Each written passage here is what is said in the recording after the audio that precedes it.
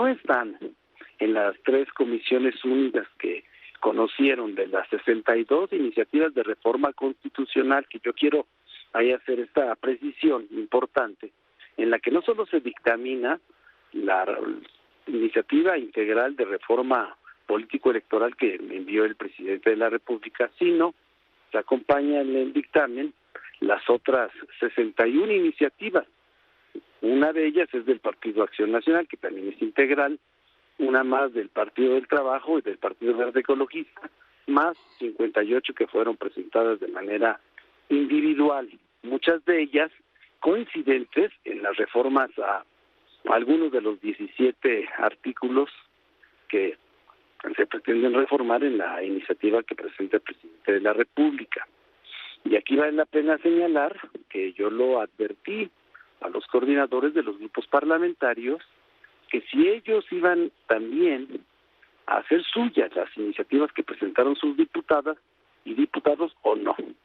Sin embargo, para efectos de técnica legislativa se tienen que dictaminar todas las iniciativas que estaban vinculadas a este proceso de reforma electoral, y eso fue lo que se hizo.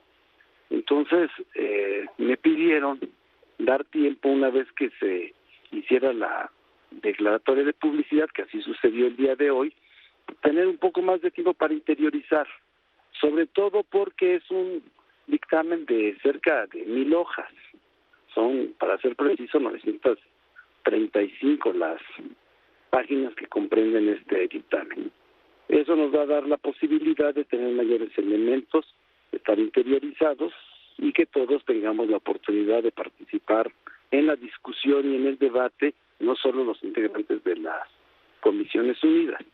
Ignacio, dicen los miembros de los integrantes de la alianza opositora Morena que hoy o dentro de una semana esa reforma, si atenta contra la integridad del Instituto Electoral y otros aspectos que se contemplan, no pasará ni hoy ni dentro de una semana. ¿Hay algún plan B, además del presidente de la República?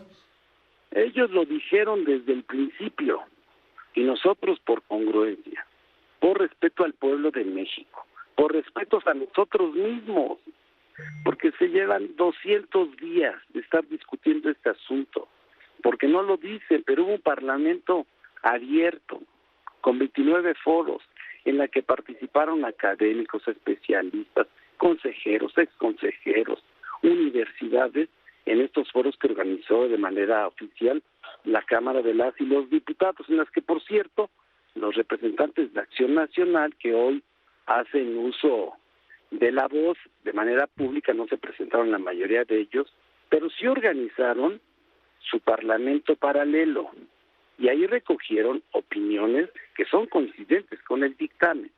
Sin embargo, prevaleció más el interés de las cúpulas, esta ambición desmedida, natural y normal en el ejercicio de la política y en el régimen democrático de partidos, de asumir posiciones en las que se pone el interés de las dirigencias, de sus cuadros directivos, de lo que sería la partidocracia, y no el interés del pueblo de México de tener un organismo verdaderamente ciudadanizado, que no sea producto de cuotas y de cuates, su integración, y que le dé certeza al sistema electoral mexicano. Yo quiero hacer referencia aquí que el propio hoy presidente del Consejo General del Instituto Nacional Electoral, Lorenzo Córdoba, mandó una minuta de observaciones a la reforma electoral del 2013-14, donde advertía todo eso que hoy se está atendiendo con la reforma del presidente. Él hablaba en ese entonces, y yo tengo el documento, lo voy a socializar, donde él advertía que se estaba rompiendo, desquebrajando el sistema electoral mexicano, porque tenía imprecisiones, porque generaba confusión y distorsión en las atribuciones de los organismos electorales.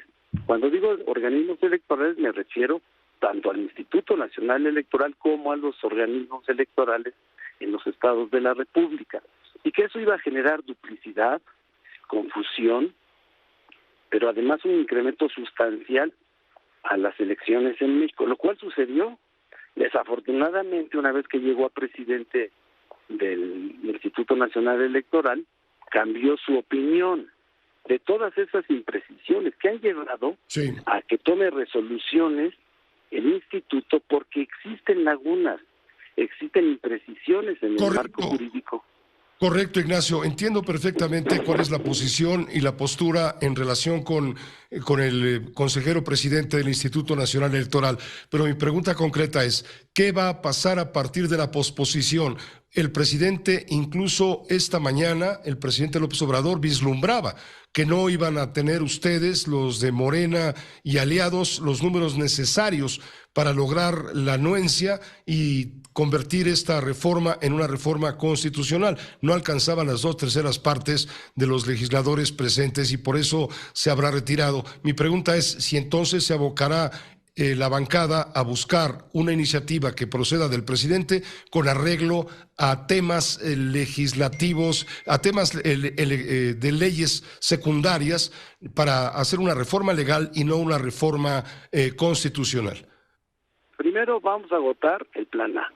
El plan A por congruencia, por respeto al, insisto, a los mexicanos, a los que nos dieron el mandato, tenemos que someterla a consideración y que sepan las mexicanas y los mexicanos qué es lo que vamos a votar a favor, en este caso la coalición Juntos Hacemos Historia, que consiste básicamente en disminuir el número de consejeros, porque anteriormente eran 7, y en la reforma del 2014 no llegaban a un acuerdo y recurrieron a la vieja práctica pragmática de las cuotas e incrementaron el número de consejeros en función de que todos los partidos que la iban a votar tuvieran al menos un consejero electoral. Por eso escaló de 7 a 11. Lo que nosotros proponemos en el dictamen es que no para los 4 que en este momento termina su periodo como consejeros establecidos legalmente, son 4. Ellos no puede haber retroactividad de estos 4 consejeros, se van a renovar conforme a lo que está establecido actualmente en el 41 constitucional. Pues vamos a esperar entonces, Ignacio, vamos a esperar qué deciden ustedes finalmente en la presentación de lo que hoy se pospuso. Te agradezco mucho tu tiempo y la amplia explicación que nos brindas. Y decirles que vamos a votar el plan A y vamos a incorporar inmediatamente el plan B, más allá de que se estén reuniendo ya con fines futuristas, que ese es el verdadero fondo del asunto. Mantener los privilegios, mantener el dinero excesivo a los partidos políticos y las canonjías para las élites en este país y no garantizar un ejercicio plenamente democrático. Nosotros vamos a respetar la Constitución, lo reitero, para que el público y todo tu auditorio, los mexicanos estén enterados. No vamos a violentar la Constitución. Entiendo y comprendo el papel que asume el diputado Santiago Krill como aspirante que quiera construir a partir de ello una narrativa. Pero no es un asunto de pitonizos ni tampoco la verdad de perogrullo con relación al plan B. Nosotros queremos perfeccionar el sistema electoral mexicano respetando la Constitución y garantizando que el costo de la democracia no sea ofensivo para los mexicanos. Y lo vamos a hacer en el margen que nos establece la Constitución, sin violentarla. Y en ese sentido vendrá nuestro plan B. Correcto, pues Ignacio, te agradezco muchísimo, estaremos muy pendientes y si nos permites en contacto para tener también el punto de vista y la observación de la bancada mayoritaria en el recinto de San Lázaro. Muchas gracias, Ignacio Mier, como siempre. Buenas noches, Pepe. Buenas noches, hasta luego. Ignacio Mier Velasco, coordinador de diputados de Morena. Esta fue una producción de Grupo Fórmula. Encuentra más contenido como este en radioformula.mx.